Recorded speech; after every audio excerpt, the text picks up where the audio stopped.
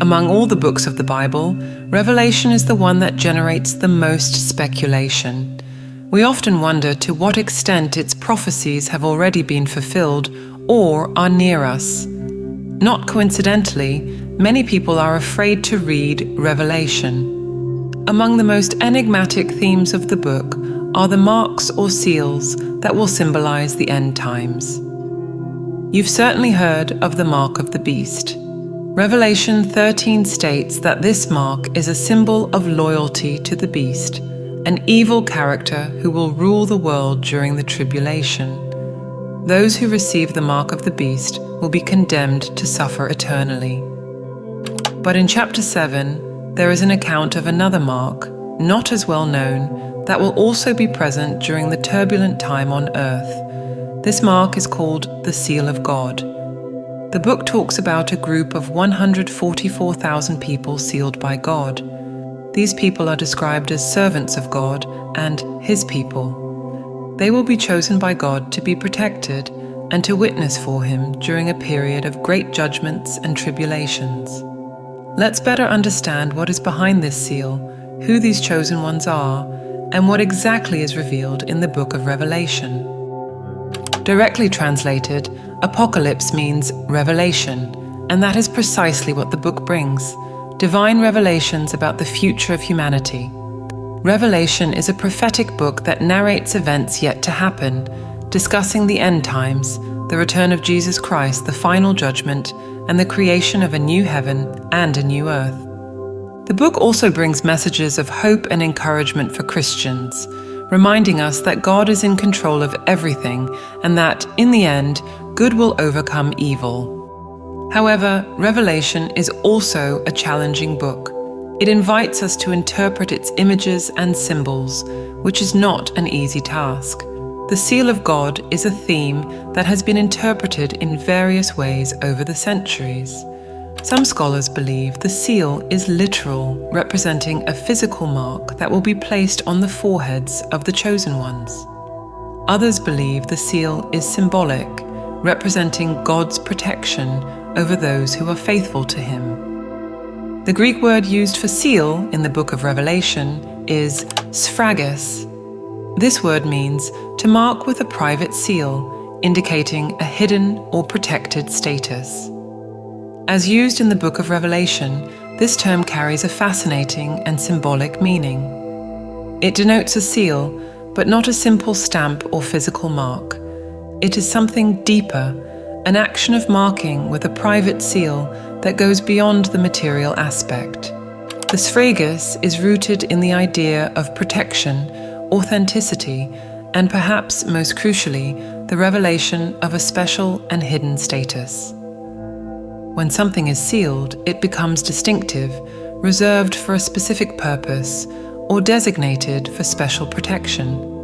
In the context of Revelation, this seal, or sphragus, is not just a formality, it is a spiritual expression. It reveals a divine connection, an identity safeguarded by God's direct intervention. In the account of Revelation chapter 7, verses 1-3, we are presented with an intriguing scene: angels positioned at the four corners of the earth, holding winds representing divine wrath.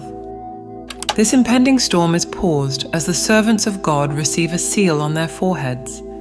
It is not a physical seal, but a spiritual symbol of protection and divine identity. Imagine angels as guardians holding the winds, waiting for a special mark to be placed on the chosen ones. This cosmic pause is more than an apocalyptic moment. It is the connection between the divine and the human, an assurance of protection amid the storm.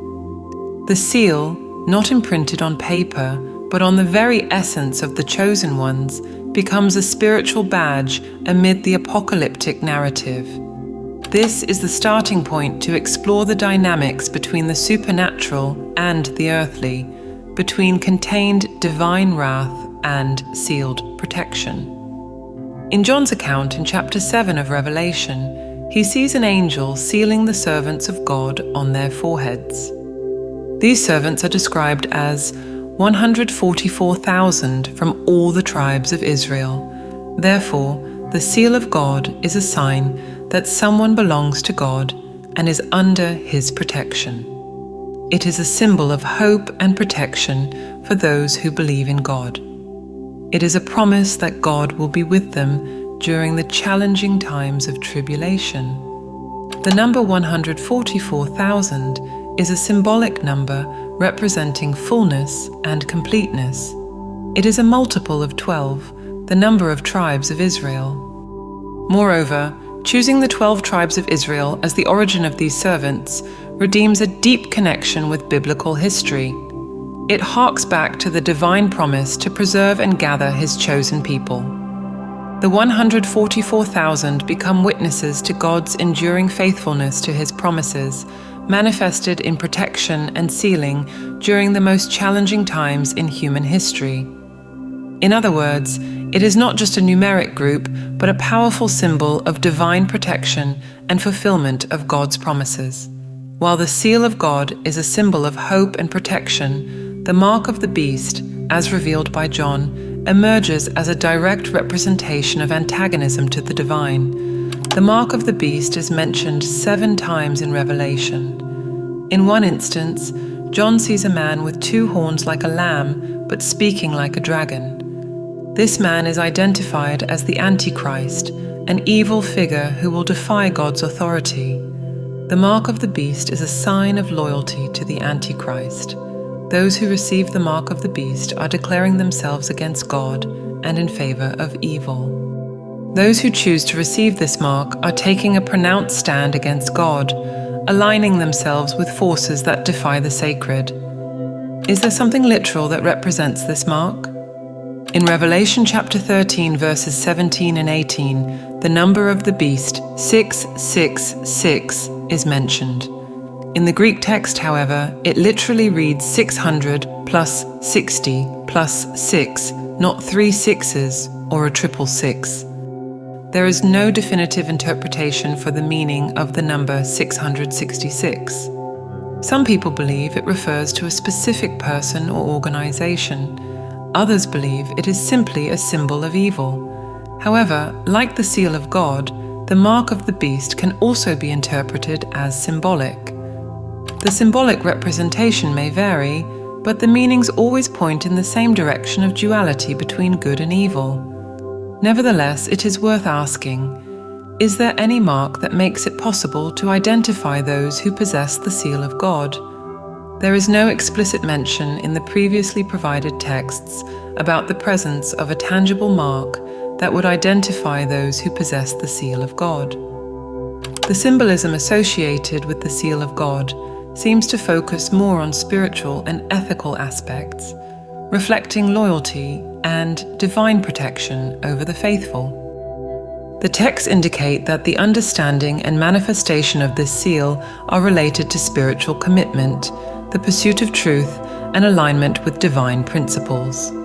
Therefore, the identification of those who possess the seal of God seems to be more a matter of spiritual discernment than a visible physical mark. This interpretation aligns with the symbolic and spiritual nature associated with theological concepts, rather than a visible physical or external representation. However, it is good to remember that there are other possible interpretations. According to theology, there are 4 approaches to the book of Revelation. The historicist approach considers that the prophecies deal with historical events. Some have already been fulfilled, and others are yet to be. The preterist approach believes that Revelation speaks about past events, especially in the 1st century. The idealist approach considers that the book addresses timeless issues and facts without referring to a specific moment. Finally, the futurist approach is the only one among the 4 that believes all events written in Revelation will happen literally in a future time. The question is, has that time already come? In any case, the symbols we have discussed here, both the seal of God and the mark of the beast, are a call to action. They do not invite us to choose a side, but invite us to internal vigilance of our actions. To discern who possesses the seal of God, we need to be able to discern the Spirit. We need to be able to see beyond appearances and perceive what is in people's hearts. Above all, we need to look at what is inside our own hearts. If this video made sense to you, write in the comments, "It makes sense to me." Remember to subscribe to the channel and hit the bell to get all the latest teachings.